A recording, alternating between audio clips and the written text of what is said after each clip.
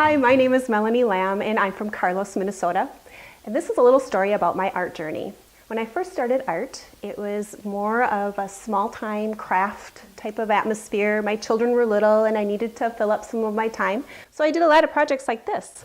They were smaller, used small paintbrushes, a little bit of paint. Now for the last 14 years, I've been a partner in a business called Paint Designs.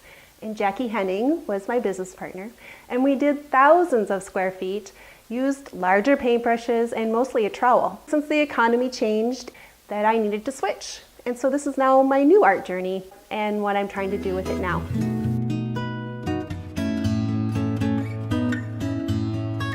After doing faux finishing for 14 years and then now switching over to trying to do smaller pieces, but still taking all of the knowledge that I had gained from creating textures with color and actually different elements and paint and plasters and how to take those and make them into artwork.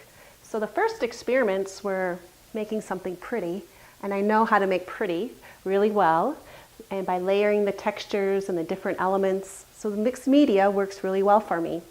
So there's colored papers, using stencils, metallics, adding actually 3D elements of different clockworks and gears, and adding those into my pieces make for a really interesting composition and allows me to take all of the skills that I've gained over these last years and put them into a piece.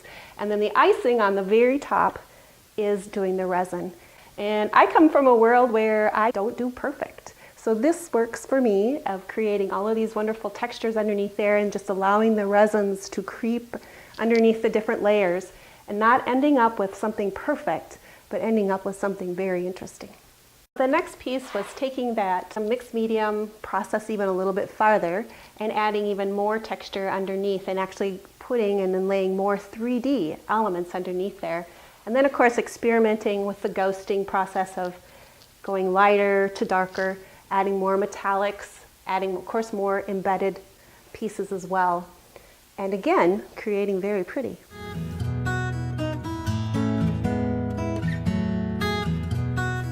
As I said earlier, I started my art career when my children were little, and now they're young men and grown adults with careers of their own. They both have computer careers and they write code.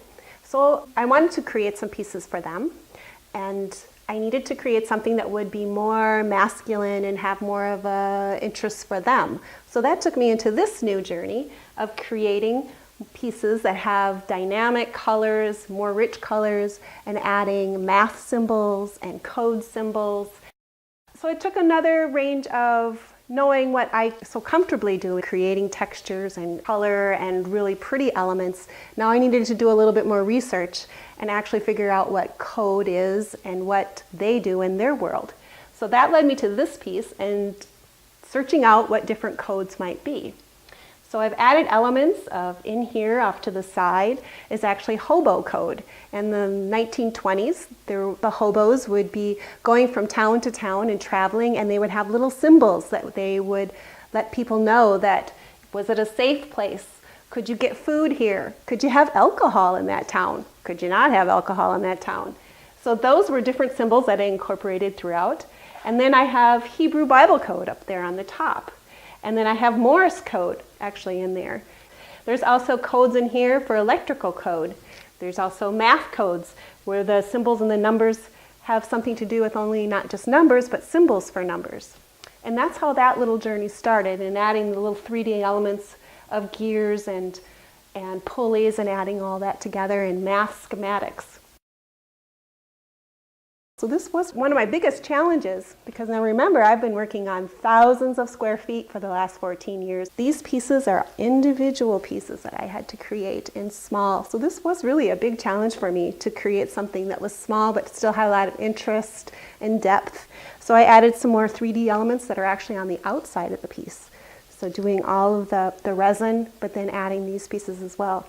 And they're a box and adding elements on the side and the framing and bringing all that interest, because these are going to sit on their desks. So this will be a different type of a little art journey for me about figuring out what means something to them in their math world.